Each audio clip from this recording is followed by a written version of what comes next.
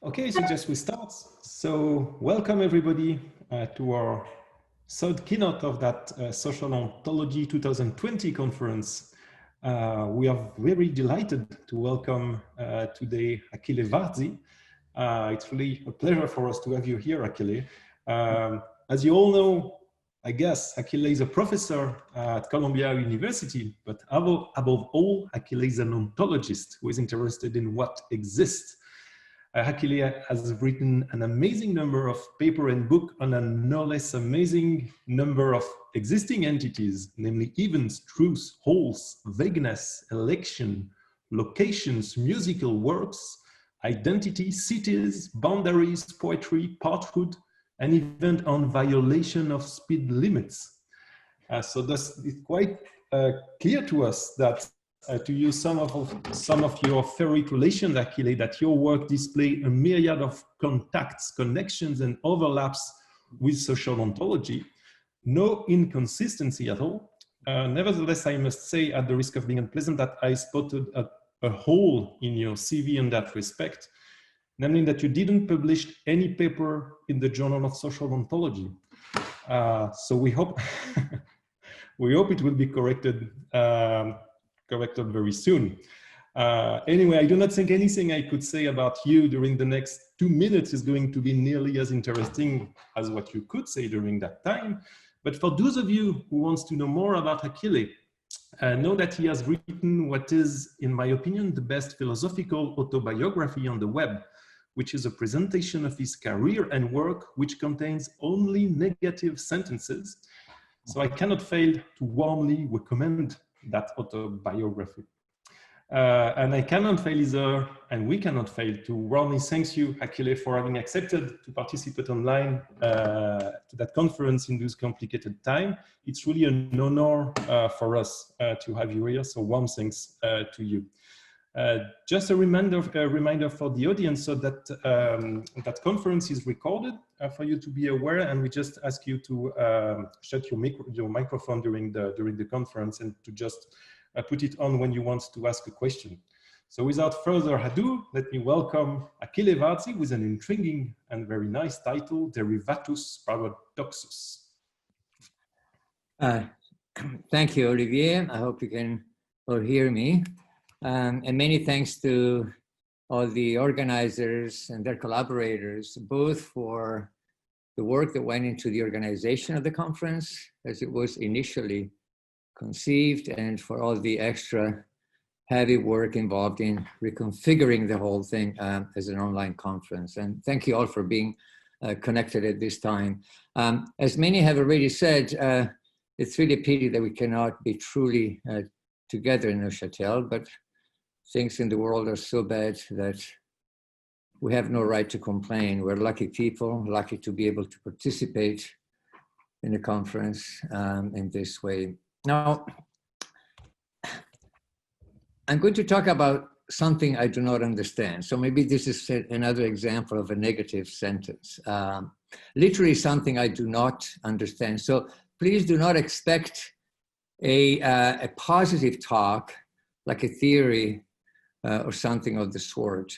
Rather, I'm really going to try and share my frustration and lack of understanding with you. And as often, when we do so, the hope is that maybe together we can move forward. I'm aware that the title itself is a bit mysterious. So maybe here I should share my screen.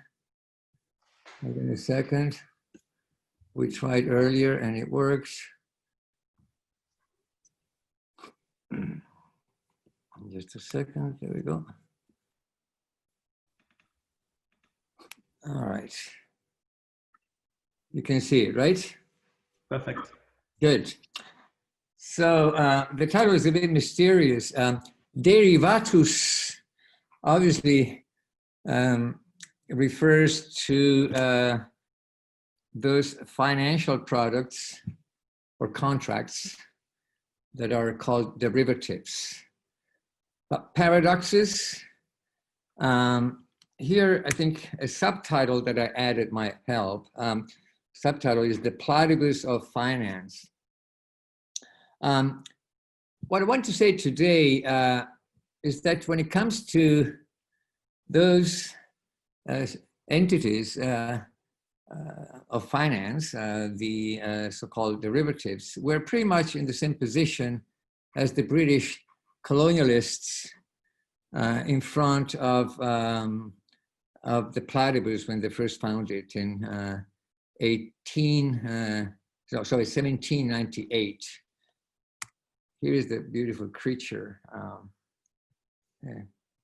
Beautiful, but obviously pretty peculiar. Just imagine how surprised those British colonialists must have been when they saw this thing. And in fact, Wikipedia is a pretty good description of how things went. Let me just move this for a second. I don't see everything.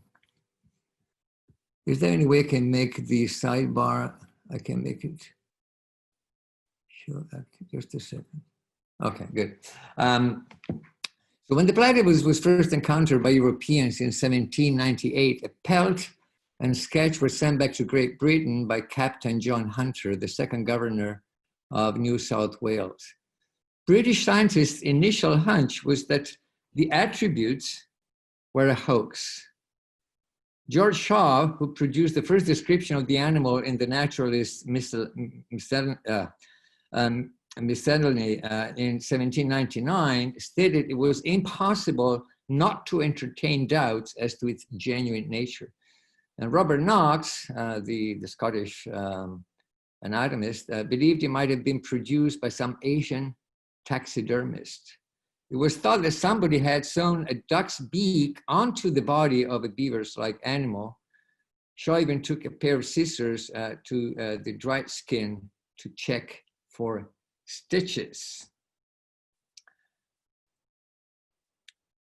The platypus is a curious animal indeed. Oops, why doesn't, there we go.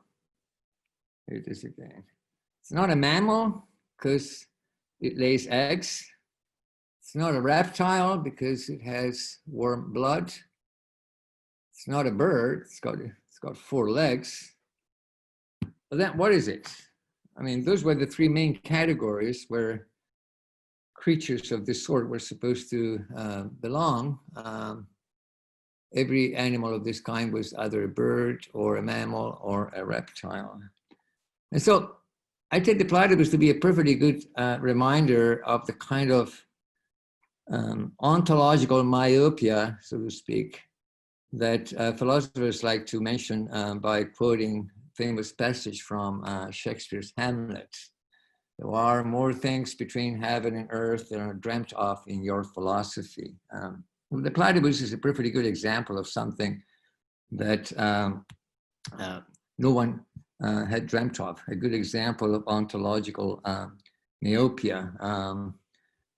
The fact that nobody had dreamt of this, however, of course, doesn't mean that it didn't exist. So the problem is precisely what to do once we happen onto an animal like this. Well, I want to say that, just to explain the title still, and the strategy of my talk, that the same is true when it comes to those financial creatures that we call derivatives. They're pretty curious beasts.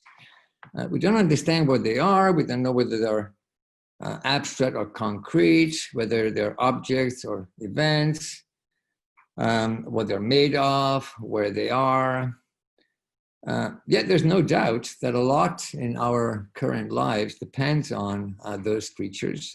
They are becoming increasingly powerful. And the sense in which we don't understand them is, in my opinion, pretty much the same as the sense in which we couldn't figure out what this creature that you see on the screen was. So please add derivatives next to the platypus in the list of things that philosophers couldn't dream of. To be sure, there's a sense in which actually philosophers were the first to dream of derivatives. I mean, if you read the economic literature on the topic, you often find a reference to Aristotle telling a story about Thales of Miletus, who apparently was the first one to actually introduce, and benefit from derivatives. Let's see, here is a quotation from Aristotle's Politics. Thales was reproached for his poverty, which was supposed to show that philosophy was of no use. According to the story, however, he knew by his skill in the stars, while it was yet winter, that it would be a great harvest in olives in the coming year. So having a little money, he gave deposits for the use of all the olive presses in Chios and Miletus, which he hired at a low price because no one bid against him. It was winter, no one cared about olive presses. When the harvest time came and many olive presses were wanted all at once and of a sudden, he let them out at any rate which he pleased and made a quantity of money. Thus he showed the world that philosophers can easily be rich if they like. Now this passage, as I said, is often quoted as indicating that Thales really was the very first one to have some sort of derivatives in his finances. I think actually Aristotle was confused. If indeed Thales had stockpiled all the mills, as Aristotle says, at that point there was no need to foresee a large harvest. Any crop whatsoever would have been good to get rich by subletting the mills. This is the power of monopoly. Astronomical calculations were unnecessary. These are not derivatives. This is just the power of monopoly. Rather, Theo's skills lie in his calculations when it was time to set the prices for the rental against the harvest. Too low a price, of course, wouldn't have brought any wealth, and too high a price would have induced the Mileto and Chios all producers, well aware that they couldn't sell their goods at exaggerated prices, to import the machines from another city.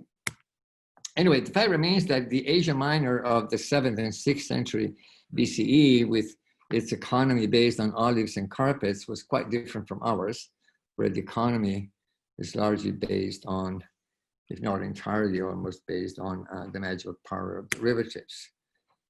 And that in front of these creatures, it is not known which categories to use, is the fact that seems indisputable to me. Now, Olivier mentioned ontology earlier as one of my topics of interest. In a way, this is about ontology, but I would rather describe it as a metaphysical concern. I'm not wondering whether there are such things as derivatives. I think that they exist, they're part of what there is.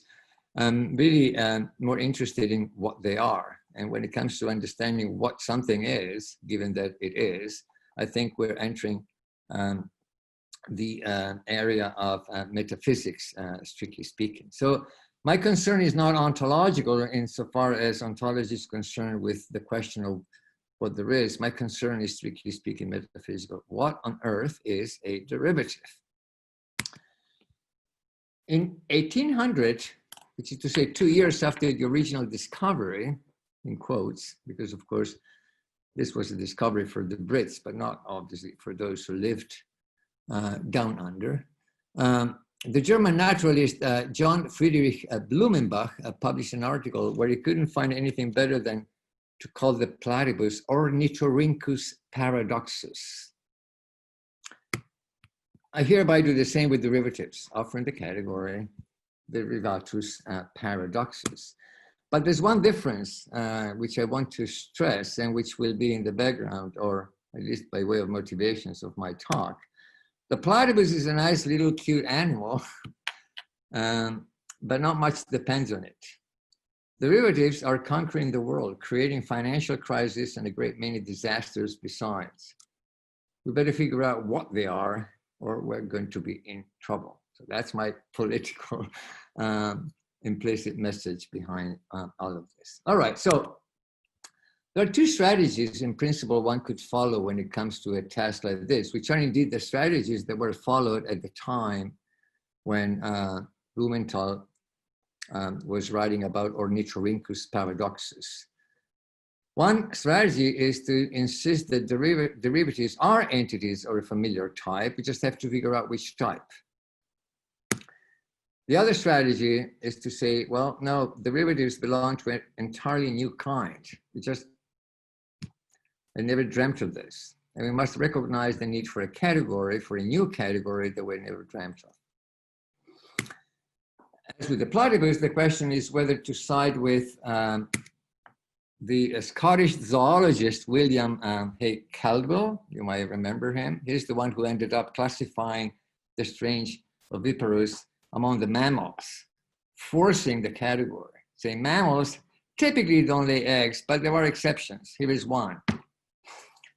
Or siding with the French teratologist Etienne Geoffroy de Saint-Hilaire, who by contrast created ex novo the category of monotrines. I trust you all know who was the winner between that dispute or between those two parties, but it took them about 120 years to actually settle the question and actually create this new category. So I think we're dealing with the same sort of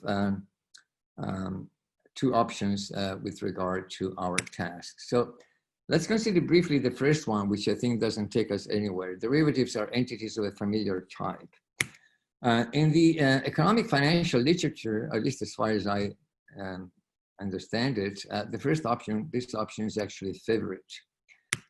In his book, Évoque l'argent of 2004, for example, the Swiss economist Christian Marazzi, I hope you appreciate my reference to Marazzi here, defines derivatives as, quote, financial products that are bought and sold like any other commodity, except for the fact that they're built on the basis of another pre-existing financial product.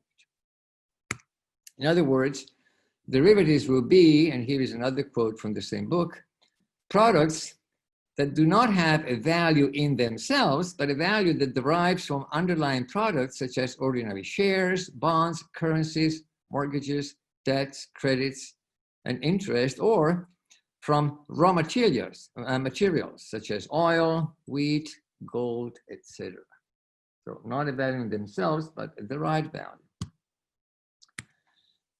This is a fairly common definition, and no doubt it does justice to the etymology of the term derivative. Moreover, since there is no limit to the number of underlying products, which may in principle include any good or service normally traded on the market, this sort of account also explains why derivatives have been conquering increasingly larger market segments. Just to give you an idea, we went from a few $100 billion in the early 1980s to a nominal value that at the beginning of last year exceeded $500 trillion, which is to say almost 25 times the GDP of the US and about 7 times the GDP of the entire world. So we're talking about a huge phenomenon. So it does justice to the etymology. Nonetheless, I think a definition of this sort presupposes that there are goods or products which, unlike derivatives, have a value in themselves. And that is hardly tenable. Now, what I'm going to be saying now is kind of obvious, but just for the sake of completeness, I'm going to briefly go through it. Consider gold. What makes it the case that a piece of gold has a certain value? Here I'm talking about commercial value, really. I think what I'm saying here applies to values across the board, including ethical values, but I'm not going to ramify in that direction. So what makes it the case that a piece of gold has a certain value? Well, the standard answer is that the value of gold stems from its physical nature. It's a precious metal. But what does it mean to say that a certain metal is precious? Well, obviously, a metal is precious insofar as we regard it as such. Preciousness is not an intrinsic property of gold, it's rather an extrinsic property, not an intrinsic characteristic or feature, but an extrinsic one. Now, this distinction between intrinsic and extrinsic properties or features is, of course, generally speaking, problematic. But I think in the present context, it's clear enough and relatively uncontroversial, relatively straightforward. The intrinsic properties of an object are those that reside entirely in the object itself. So, for example, here's my wedding ring. The mass, shape, and physical composition of my wedding ring are properties of this sort. That the ring enjoys them, the ring has that shape, that mass, and that physical composition depends exclusively on the ring. It doesn't depend on me, it doesn't depend on you, it doesn't depend on the force of gravity, and so on and so forth. By contrast, the extrinsic properties are those whose existence or possession by the object require the existence or presence of an observer, a subject, an external agent, right? For example, so-called secondary qualities, colors, smells, sounds, and so on. The intrinsic properties, sorry, what happened here? That was a repetition. I had a quote from Galileo, the Saggiatore, which is still my favorite when it comes to this point. If ears, tongues, and noses were removed, shapes and numbers and motions would remain. That would be the intrinsic properties, but not odors or tastes or sounds. The latter are nothing more than names when separated from living beings, just as tickling and titillation are nothing but names in the absence of nose and armpits. So that's roughly how I understand the distinction. And I think at this level, at least, is relatively controversial. And given this distinction, there are good reasons to think that the value of an object is an extrinsic property, not an intrinsic, but an extrinsic property. From the God's eye point of view, gold isn't precious, just as it isn't yellow. It is we who attribute these properties to gold. And what applies to gold applies to any good or product. What could possibly be the intrinsic value of a barrel of oil, a pack of cigarettes, a sip of Bordeaux, or a bunch of olives, for that matter? But if things are so, then defining derivatives as commodities or products that do not have a value in themselves, i.e. an intrinsic value, doesn't help much. No commodity or product has a value in itself, period. And if no commodity or product has a value in itself, then all commodities or products turn out to be derivatives, and that's just not good. That's not what we want. Surely an apple on the market is not a derivative. Surely this ring is not a derivative, and so on. As Chris Culp wrote in his book, Risk Transfer, Derivatives in Theory and Practice, which I tried to study to understand what these creatures are, the standard definition ends up classifying as derivatives everything, also the moon and the stars. So this is not Nelson Goodman. This is Chris Culp, okay? Now, one might insist that the point of the standard definition is that derivatives are derivative products. Their value doesn't reflect our dispositions or our attitudes or our feelings or whatever. It literally derives from the value of the underlyings. When I say literally, I mean even mathematically, if you like, derives from the value of the underlyings. However, this is no step forward in my opinion. But this feature too is common to all sorts of other products that we wouldn't want to identify with derivatives. My wedding ring doesn't derive its value from my dispositions, from the sentimental bond it represents. Commercially, its value derives from the value of gold, extrinsic as that might be. The question is, what is special about the way derivative products derive their value? And that question remains unanswered. Just another brief comment here. Alternatively, one might also think the problem stems from the inaccuracy with which we speak of derivative products. Strictly, one should speak of derivative contracts. And contracts, even when they become exchange goods, are peculiar entities. To be sure, they're also very elusive entities. At the beginning, I mentioned object versus events, abstract versus concrete, and so on. I think contracts are in many ways problematic, but they are a pretty well understood category. And I think here social ontologists have done a lot of work to make us understand what contracts are. So when should we speak of derivative contracts? Surely my ring, the moon, and the stars are not contracts, at least not in the ordinary sense of contracts. So that would be a way of saving the standard account. But then again, derivatives are not ordinary contracts either. Ordinary contracts, say a job contract, a rental contract, a purchase contract that you sign when you buy a car or when you buy whatever, a wedding ring. Ordinary contracts are about some underlying product or good. Derivatives have a value that derives from the value of some underlying product of good. It's not that they're about the product or good. Their value literally derives from the value of the underlying product or good. So derivatives are not ordinary contracts, they're extraordinary contracts. But then to say that derivatives are extraordinary contracts is like saying that the platypus is an extraordinary mammal. And we enlarge the category to make room for the strange beast, but deep down we're left wondering, what sort of beast is it? How does he help to say that the platypus is an extraordinary mammal? How does he help to say that derivatives are extraordinary contracts? So my sense then is that to try and squeeze derivatives into standard categories, I've just given a couple of examples, but of course this will be a long story, isn't very promising. So I would rather pursue the alternative strategy.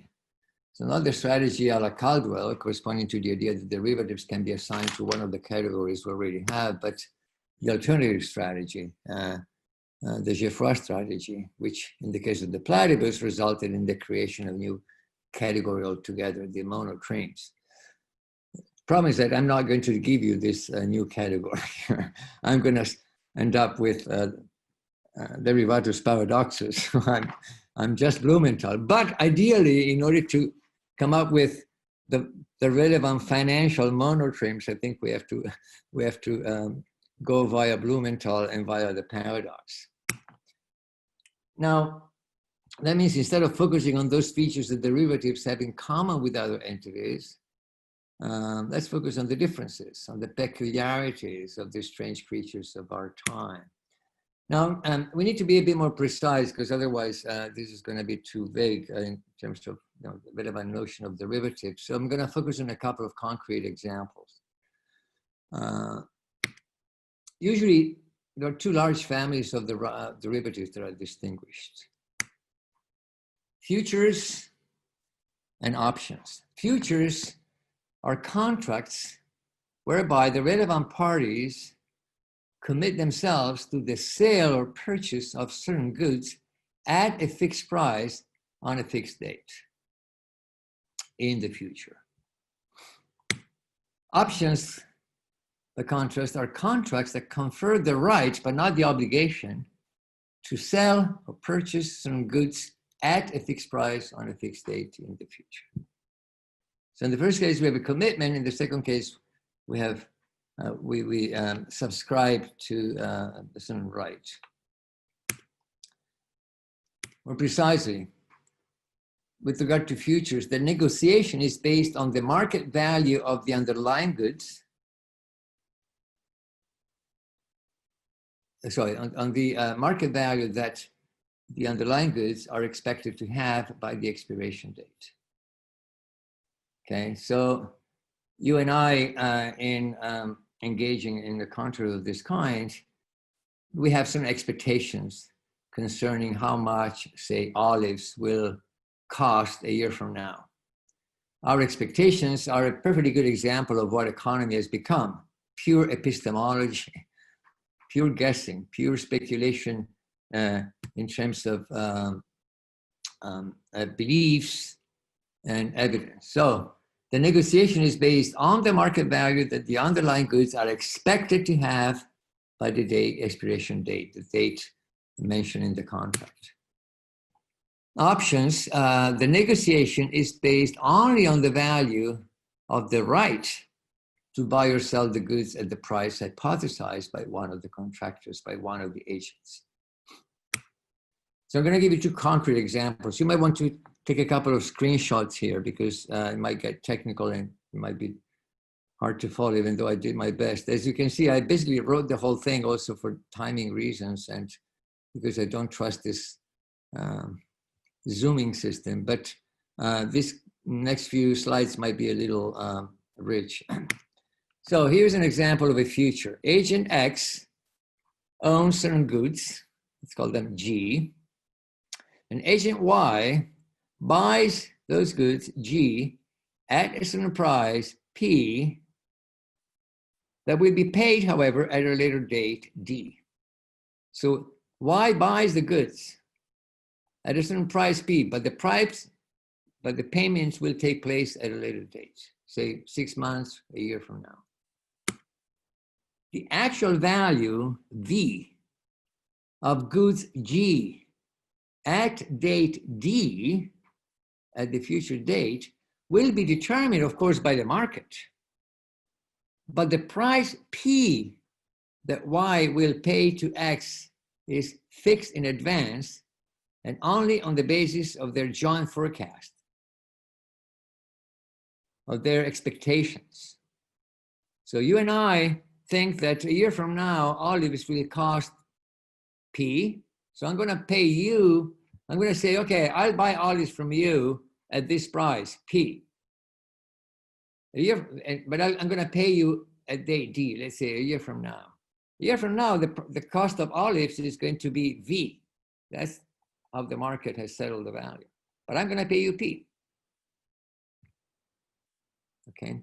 Now, here I put in parentheses storage cost, insurance cost, etc. These are minimal adjustments that, of course, must be factored in, but they're completely irrelevant. Now, for simplicity, I'm also assuming for the rest of this discussion that G is an ordinary commodity, olives, for example, as in the early days of finance, as opposed to a financial product itself, possibly even a derivative. You can have derivative of derivatives, as it is nowadays common. In other words, let's stick to first order or first level futures, okay? The other cases are not particularly more difficult, but as always, when you start ascending a hierarchy, it gets messy. Now, when date D arrives, then, the actual value V of goods G is either greater or smaller than P, or perhaps just identical. So if the actual value V is greater than P, clearly agent Y will register a gain and X a loss equal to V minus P. Y paid P, the value is V, it's greater, so it's gaining money. If V is less than P, contrary to expectation, then Y will register a loss and X will, by contrast, gain money. The loss will be equal to P minus V. Is that clear?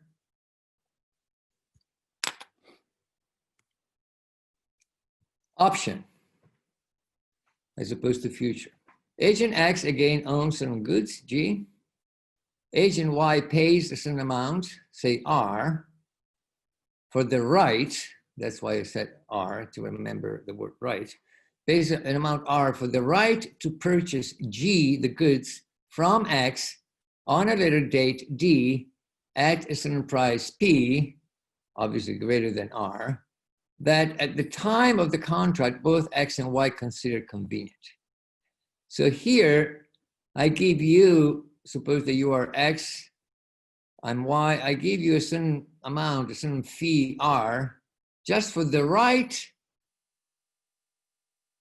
if I wish to do so, to buy your olives a year from now at price P. Obviously, the price is greater than the fee that I'm paying you now. The price P that you and I think will be the price of olives by then, okay? Again, the actual value V of the goods at date D will be determined by the market, but the price P that Y will pay X is fixed in advance and only on the basis of the joint forecast of X and Y plus costs.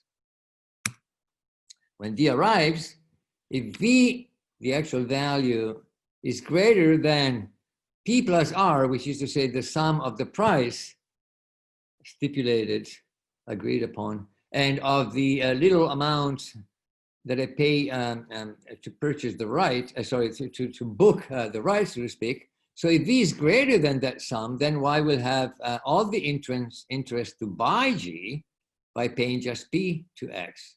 And the overall gain will be V minus P plus R. If V, the actual value, is less than the difference P minus R, then Y will have all the interest not to pay P and leave G to X. It will just, Y will just record a small loss equal to R. So I gave you this little amount for this right. When the time comes, I realized that I will be losing money because the olives cost much less than we expected. And so I said, okay, forget, keep that R that I gave you, but I'm not going to buy the stuff. In all other cases, there is no obvious strategy, and Y is free to buy G or to leave G to X, again forfeiting R. Okay, so those are two good examples, standard examples of first order derivatives, futures and options respectively. Now, there are a few things to notice. The first thing to notice in both cases is that the number of variables is high, very large. Understanding what a future or an option is means, first of all, understanding the weight and role of all those damn variables that I have written in bold. Even more important, however, is the weight and role of the many hidden factors that lie behind the explicit variables. And I will emphasize this aspect by considering three such factors. There are more, but three are, in my opinion, the most important ones. Okay. So as I said, the variables themselves need to be properly understood and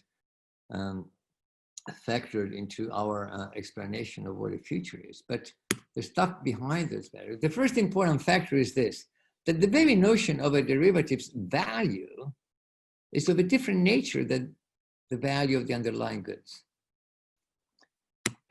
Basically, the value of the goods, the olives, say G, and that means the expected value P, as well as the actual value that will be determined by the market, V. The value of the goods is measured in plain money.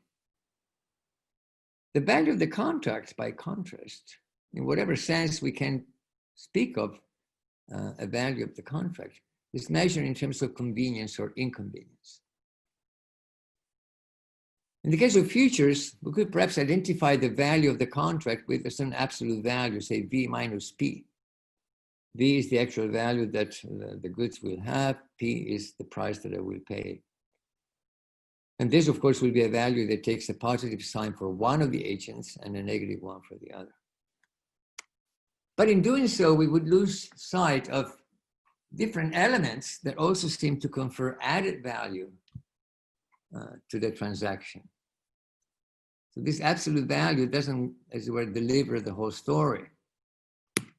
For example, the fact that Y is not required to be in possession of the sum P when signing the contract. I tell you, in a year, I'm going to pay you P, if we agree on that being a good price, but I can say this without having P in my pocket right now. That's obviously a very important aspect of this kind of transaction. That's the whole point, actually, of this kind of finance. Or the fact that Y can benefit from the availability of P for the whole entire time before date D. For example, I can invest that money in the stock market.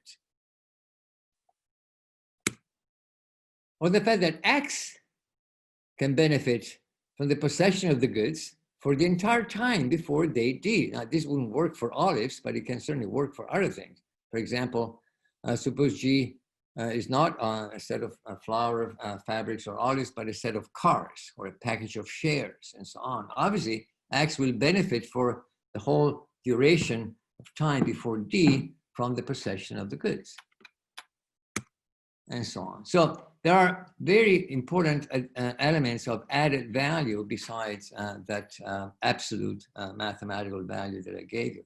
In the case of options, things are even more complex, but part of the story is similar. It's true that in this case, the contract itself has a cost. since my question is what is the value of the derivative, in this case, there is a cost, R, right? And it's also true that the overall convenience or inconvenience of the transaction could again be identified with a certain absolute value, just like before. The value determined by V and by P, in addition to the initial amount, the little fee R that I give you for the right to buy the stuff if I wish. But again, the true value of the contract lies elsewhere. Not only do the considerations that I just made with regard to futures apply mutatis mutandis. From Y's point of view, the person who buys the right to purchase the goods, the further driving factor is a so-called leverage effect. The possibility of controlling a high sum P against a small expense R with all the psychological tranquility that derives from this. From X's point of view, the added value of the contract lies precisely in the tranquility deriving from having covered, at least partially, a possible depreciation of the goods. G. R will probably cover that. These are just examples, and the issues will multiply as soon as we turn to second-order derivatives, futures or options in which G is itself a financial product, as I said earlier, rather than an ordinary traditional commodity. But I hope the first factor is clear enough, that derivative, the value of a derivative is to some extent at least of a different nature than the value of the underlying goods, at least of ordinary goods. Second factor, no matter how you measure it, the value of a derivative doesn't quite come from the value of the underlying, it comes from the evolution of that value. That's a crucial factor. And as we shall see it now when we get to the end, this is also the main source of trouble. It's a crucial factor since the performance of a certain market value can be influenced by the financial agents themselves. In particular, the value V, the actual value V of the relevant goods G at the time stipulated, date D. Well, that value can be influenced by X as well as by Y or by both. If you and I have decided that a good price will be P, then we can try to do everything we can to influence the market in such a way that at that time, date D, the value V will actually coincide with P. Officially, the objective of the agreement of the two parties is to reduce the risk associated with the variability of the market price of G, but surely X and Y will have every interest in intervening directly in the dynamics of the market to channel the price of G towards the agreed value P. They want V equals P. For this reason, the derivatives are considered a form of speculation, whose deregulation may yield a financial crisis. In the most common cases, agent Y is simply a saver, a bank account holder, people like you and I.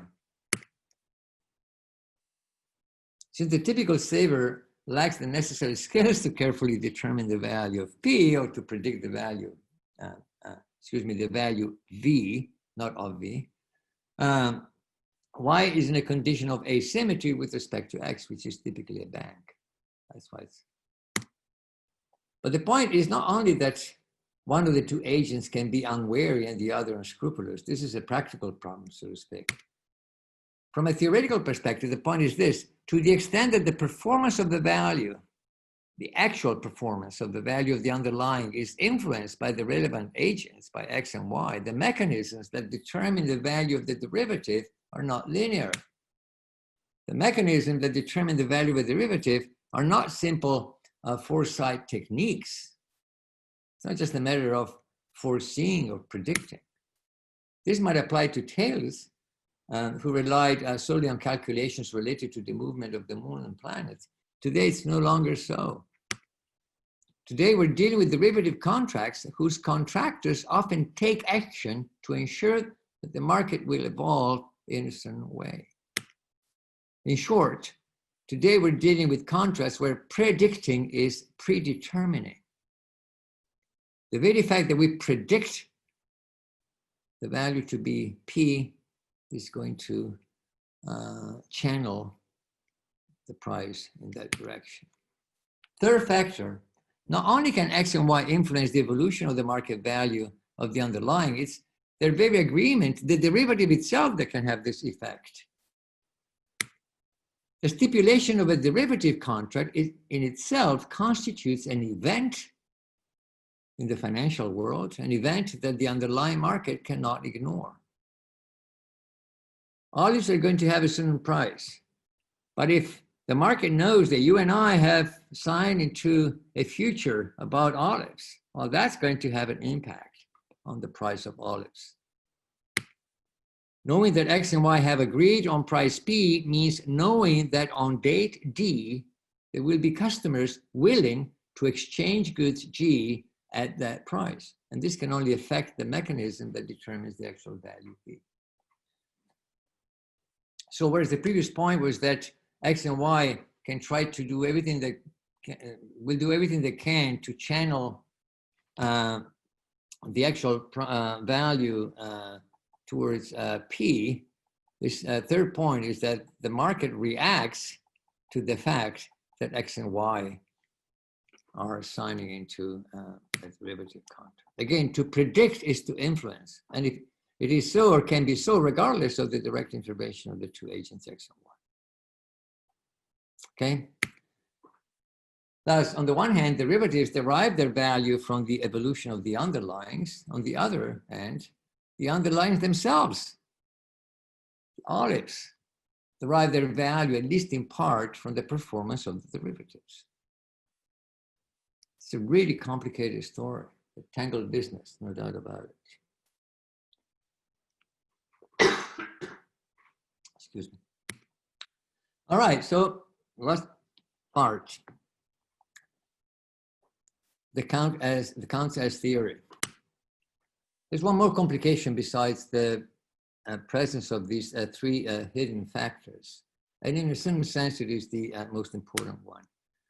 If the three factors I've outlined are correct, then the temporal and the causal dimensions play a crucial role in the account of derivatives. It's not just a matter of collective intentionality. Time and causation enter the story in a very peculiar way. But this means that even the classification of derivatives in the broad category of social entities is problematic, or rather, derivatives seem to escape the general theory with which such entities tend to be identified. By the general theory of social entities, I mean the theory, or a theory that is broadly, but essentially defined by two main theses. The first is simply the thesis that social entities are not what they are by virtue of their intrinsic properties in the sense specified above. So, for example, money, everybody always uses this example. If you have I wrote it, this piece of paper is a 50-euro banknote, but I'm sure I don't have a 50-euro banknote. But that's the kind of example, right? So a piece of paper has a certain value, 50 euros, a certain pressed metal disc has a certain value, 2 euros, it's a coin. They're beautifully printed and beautifully shaped, but it's not thanks to their physical and geometric properties and so on that they can be used to buy a shirt or pay for a coffee. I have another banknote and another beautiful coin, beautifully shaped and beautifully printed, but they're withdrawn currency and you cannot use them to buy anything, right? Money is something real and tangible, yet it doesn't coincide with the material support in which we find it embodied. And what goes for money goes for most social entities, objects and events alike. Certainly not by virtue of their intrinsic properties that Duchamp's objets trouvé are works of art, just as it is not by virtue of their intrinsic properties that Andy Warhol's Brillo boxes at the MoMA are at the MoMA. It's not by virtue of their intrinsic properties that certain gestures and words constitute a marriage, so much so that it's not enough to repeat them to get married again. And it's certainly not by virtue of his intrinsic properties that Mr. Trump is the current US president, so much so that one day he will cease to be president while retaining, or as we may assume, all the properties they make him the person he is.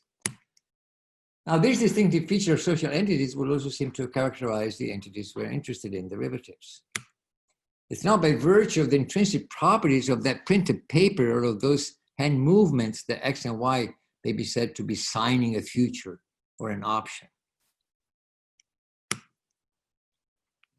The problem concerns the second thesis of the general theory of social objects that I have in mind, a thesis that intervenes to complete what the first thesis leaves unresolved. If it's not by virtue of their intrinsic properties that social entities are what they are, what is their nature? Well, second thesis is that social entities are what they are insofar as they are so regarded. This sheet of paper is a 50-euro banknote insofar as the current economic context establishes that it is. That box of Brillo detergent is a work of art as it is so considered by the community of critics. Those gestures and words amount to getting married, i.e. they are a wedding, insofar as they receive the imprimatur of the community, and so on and so forth.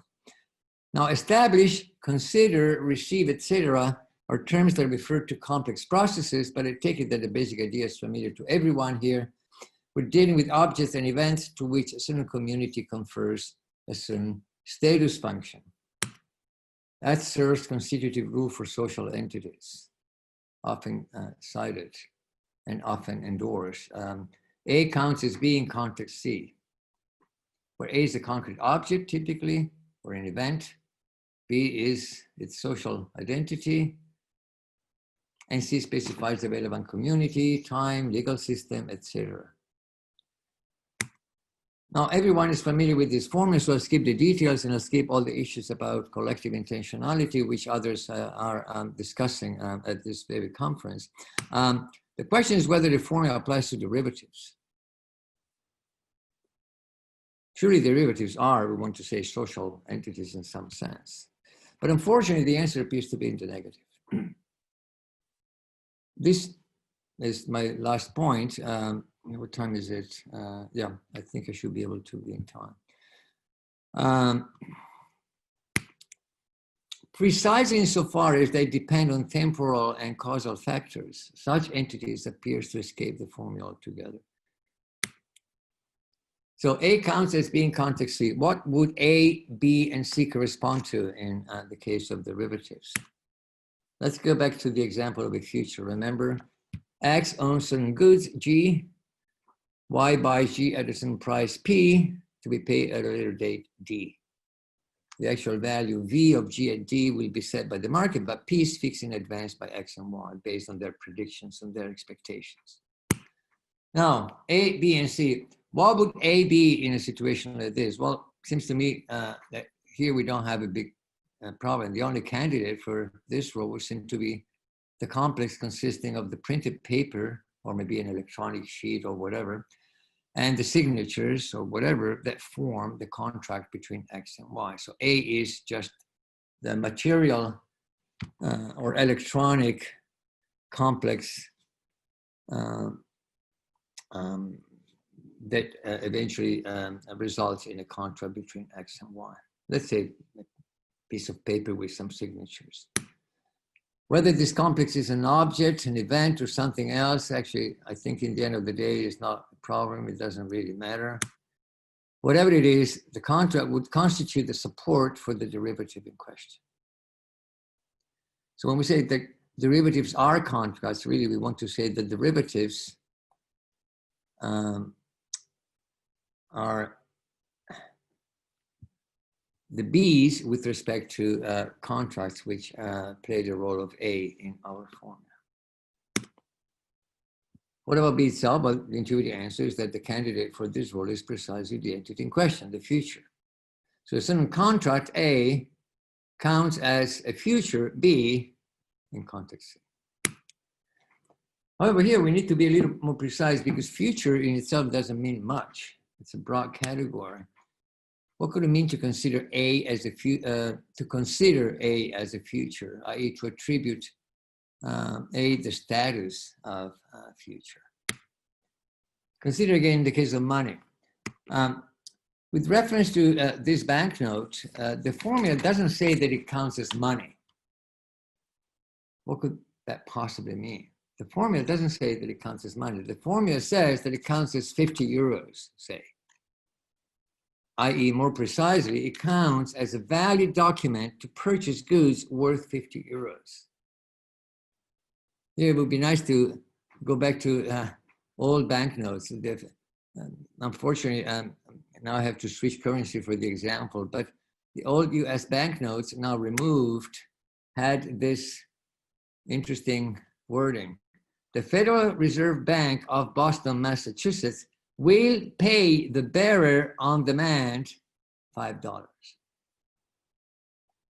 It's very specific. If we want, we can simply talk about money, but the social entities that fall under this general concept and that correspond to the term B of the formula from context to context are more precise, more specific, ontologically more complete entities, so to speak. These are for futures.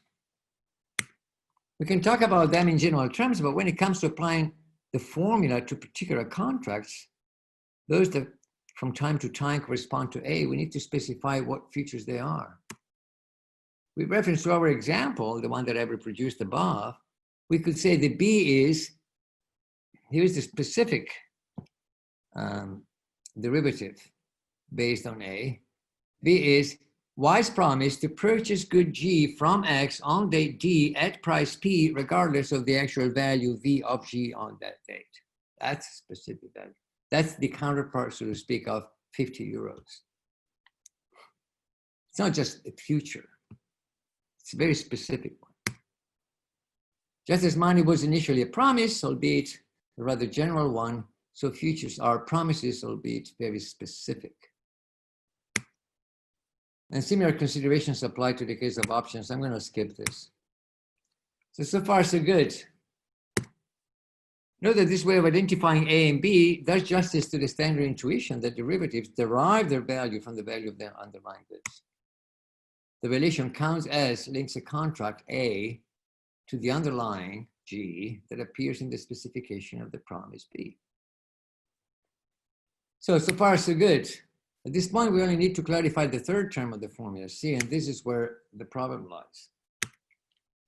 At first glance, it would seem easy, just as easy as with all other cases. When B is a derivative, well, C can only be the relevant economic and financial context.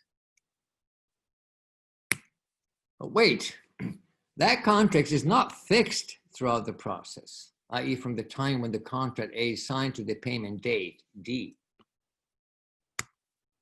The context evolves. And as we saw earlier, I hope it was clear enough, its temporal evolution is affected, at least in part, by the causal power of derivatives, including B itself. The very fact that there is a derivative is causally responsible for a lot of action in the market. But then if C depends on B, on the derivative, how can the relation A counts as B be determined by reference to C? That would be plain circularity. And I take this to be a big issue. Okay, this is what I don't understand about derivatives, basically. It's this circularity. It could be observed that the reference context is the same that we find in the case of money. And even there, time plays an important role, inflation being the most tangible sign. So why should the problem be peculiar to derivatives? Why didn't I say that there is circularity also in the case of money, for instance?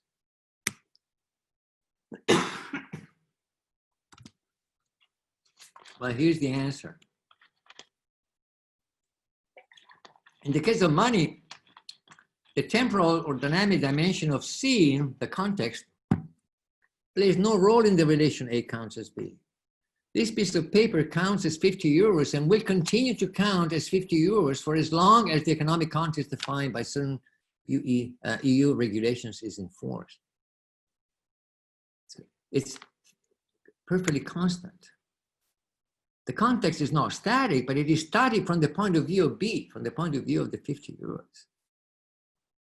The only sense in which time enters the picture is that at some point, the EU regulations may, cease to be enforced. But as long as they are enforced, they're, things are perfectly static from the point of view of B. the bearer of this banknote will be in a position to use it to purchase goods worth exactly 50 euros for as long as C is in place. Nothing is going to change.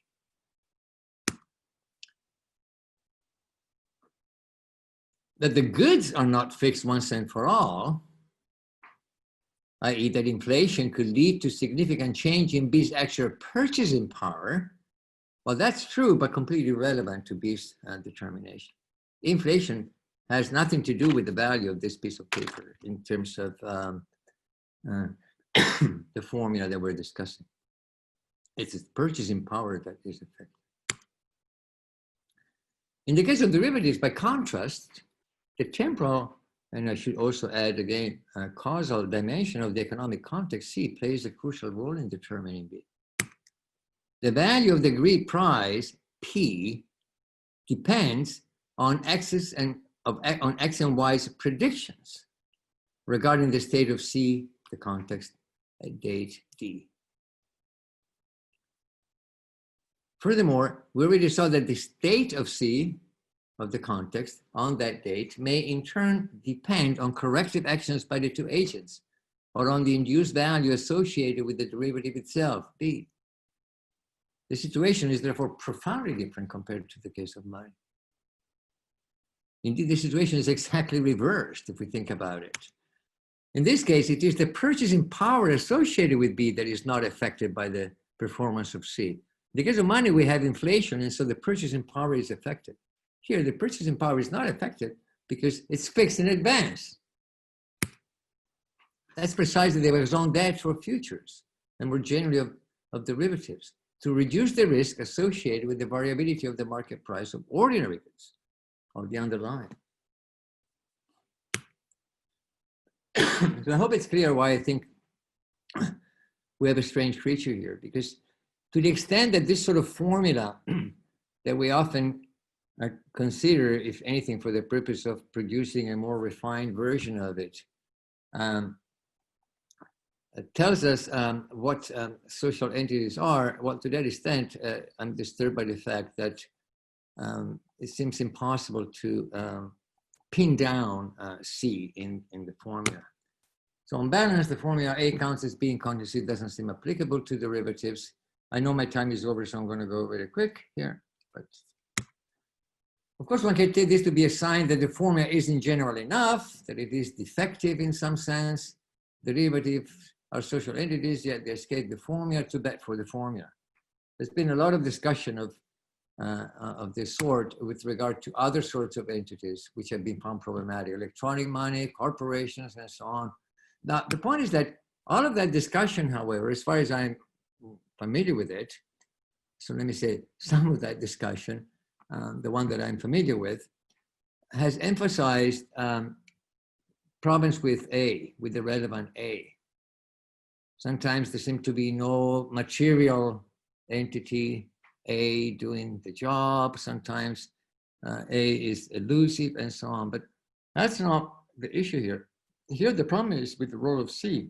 And as far as I understand, and as far as I know, most of the discussion on C has been on an important aspect that's relevant here, namely how does C actually determine the nature of a social entity, but mostly with regard to intentionality and not really with regard to issues of causation and temporality that here seem to really give rise to a circle.